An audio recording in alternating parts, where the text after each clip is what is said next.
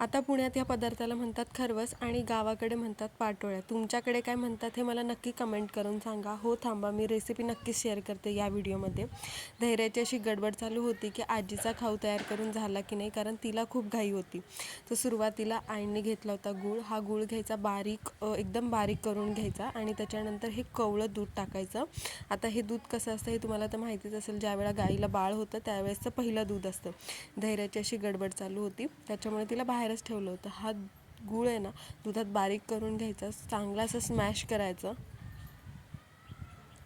जेणेकरून त्याचे गटूण असे म्हणजे असे राहणार नाही, त्याच्यामुळे ते एकदम बारीक करून घ्यायचं. आणि त्याच्यानंतर आईंनी इथे घातली होती वेलची पावडर आणि मला वाटलं होतं हा सोडा आहे, पण नाही, ही वेलची पावडर आहे. त्यानंतर इथे ॲड केलं होतं जायफळ, थोडंसं जायफळसुद्धा ॲड करायचं.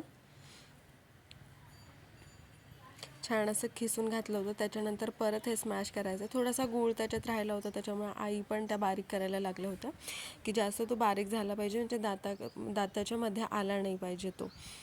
दुसऱ्या साईडला पाणी गरम करून ठेवलेलं आहे असं छान, आणि ताटात हे काढून घ्यायचं हे सगळं मिश्रण. आपल्याला आहे ना हे जरा शंकरपाळी टाईप करायचं, त्याच्यामुळे हे सपाट भांड्यावरच करतात म्हणून हे ताटात काढून घेतलेलं आहे. आणि हे जे ताट आहे ना ते जे गरम कढई केली आहे त्याच्यावरती आपल्याला ठेवायचं आहे. सो तिथेच थोडासा गूळ राहिला होता. आईंचा परत प्रयत्न तो चालू होता की हा गूळ नाही राहिला पाहिजे असा. आणि आता हे सगळं झाल्यावर हळूच ताट उचलायचं आणि आपल्या गरम कढईवर ठेवायचं आणि अगदी 10 ते 15 मिनटं ठेवायचं. आता हे आईने काय ॲड केलं आहे, तर हे थोडंसं मऊ पातोळ्या होण्यासाठी दूध ॲड केलेलं आहे, कच्चं दूध ॲड केलेलं आहे.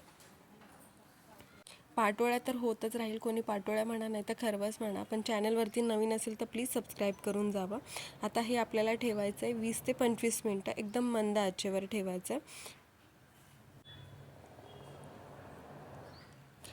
आमच्या पाटोळ्या रेडी होत्या. आईंनी पटकन अशा त्याचे काप करून घेतले आणि आम्ही सगळे खायला रेडी होतो की कधी काप होत आहेत आणि कधी आम्हाला खायला मिळतं आहे.